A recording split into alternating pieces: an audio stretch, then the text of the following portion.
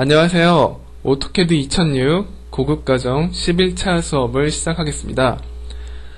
오늘은 지난 시간에 이어서 솔리드 모델링을 배워볼 텐데요.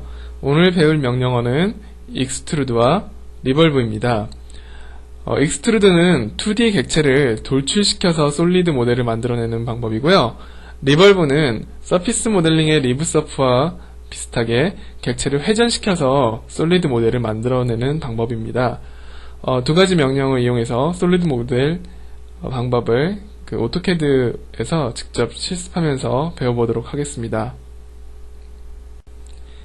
네, 제가 간단한 그림을 그려놨는데요. 먼저 익스트루드만 실습을 하기 위해서 객체를 그려놔봤습니다. 자, 익스트루드를 실행하시면 먼저 솔리드 객체의 몸통이 될 그 객체를 선택하는데요. 여기서 먼저 원을 선택해 보겠습니다.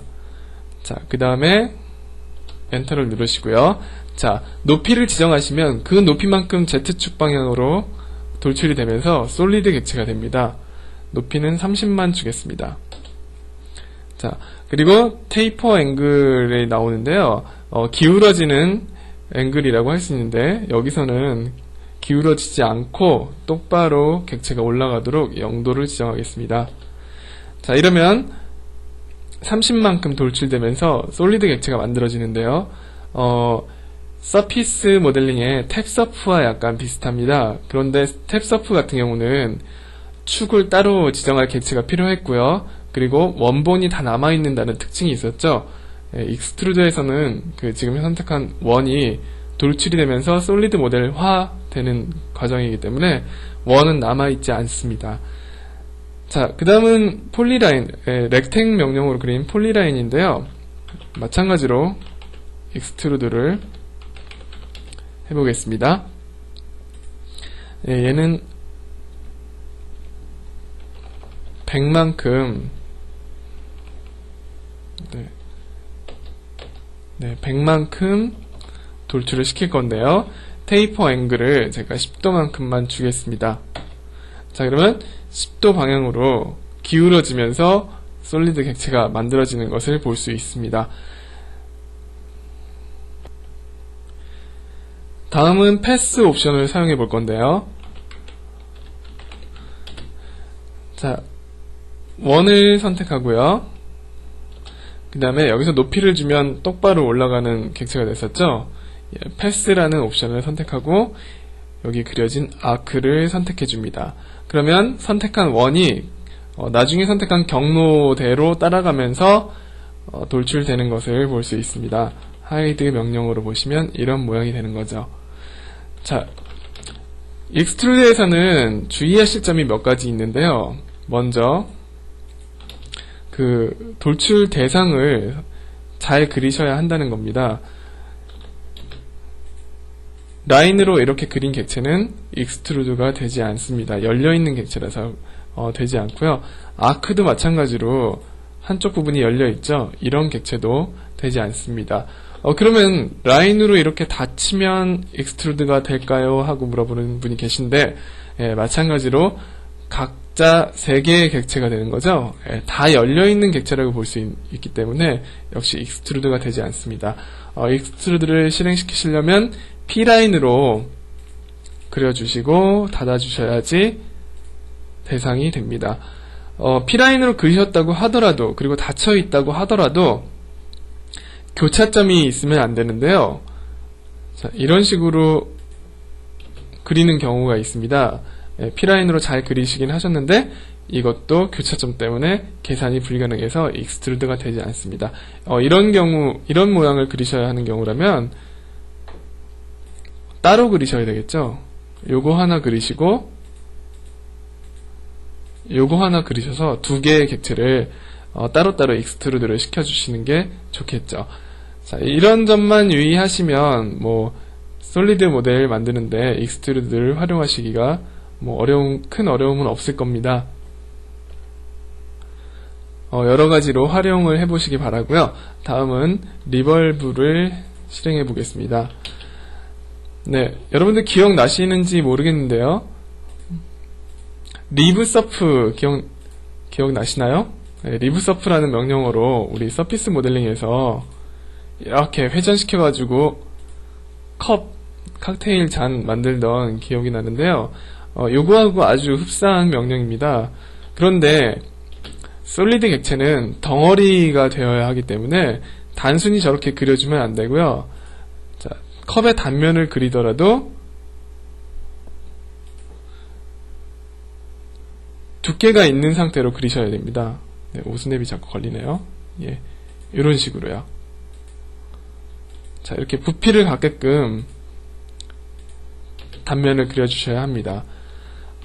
자, 그럼 요걸 상대로 리볼브를 해볼까요? 자, 객체는 얘가 될 거고요. 엔터를 치신 다음에 축을 지정하셔야 되는데요. 축은 선이죠. 네, 선을 지정하실 때는 2점을 찍으셔야 합니다. 그래서 1점, 2점을 찍으시고요. 자, 얼만큼 돌릴 건가? 360도 한 바퀴 돌려볼게요. 자, 이러면은 한 바퀴 회전하면서 솔리드 객체가 됐습니다. 네, 하이드로 확인을 해보겠습니다. 자, 어떤 모양인지 아시겠죠?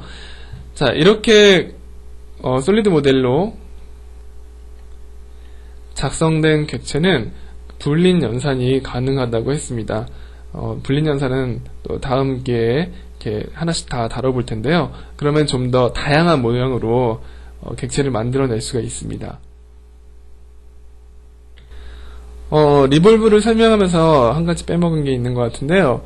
그 리볼브의 단면이 될 그 2D 객체는 익스트루드의 조건과 똑같습니다. 닫혀 있어야 하고요. 교차점이 있으면 안 됩니다. 이런 식으로 그려놓고 얘를 리볼브 시키고 싶어요 하면은 안 되고요. 따로따로 그리셔야 합니다. 이 점만 주의하시면 객체를 만드는데 문제가 없겠습니다. 네, 다음은 솔리드 객체를 편집하는 명령어들인데요. 필렛과 챔퍼입니다. 그런데 필렛과 챔퍼는 우리 2차원 객체 그리면서 충분히 연습해본 명령어일 텐데요. 솔리드 모델의 특징으로는 이 필렛과 챔퍼 명령을 적용받는다는 겁니다. 그러면 그 모서리 부분을 쉽게 둥글게 하거나 그 못따기를 할 수가 있습니다. 자, 그럼 또 역시 오토캐드 화면에서 한번 실습해 보도록 하겠습니다. 네, 제가 오토캐드에서 각 변의 길이가 100인 정육면체 상자를 그려놨는데요. 이 상자를 대상으로 필렛을 적용시켜 보겠습니다. 자, 필렛을 실행시키신 다음에 솔리드 객체의 모서리 한 부분을 선택하시면 바로 반지름을 물어보는데요. 이 반지름을 입력하시고 엔터를 치신 다음에 같이 적용시킬 모서리가 있으면 더 선택해 주시고요. 그렇지 않으면 엔터를 한번 더 쳐주시면 둥글게 적용이 되는 것을 볼 수 있습니다. 이때 여러 개의 모서리를 한꺼번에 선택하면은 같이 계산이 돼서 둥글게 적용이 되는 것을 볼 수 있습니다.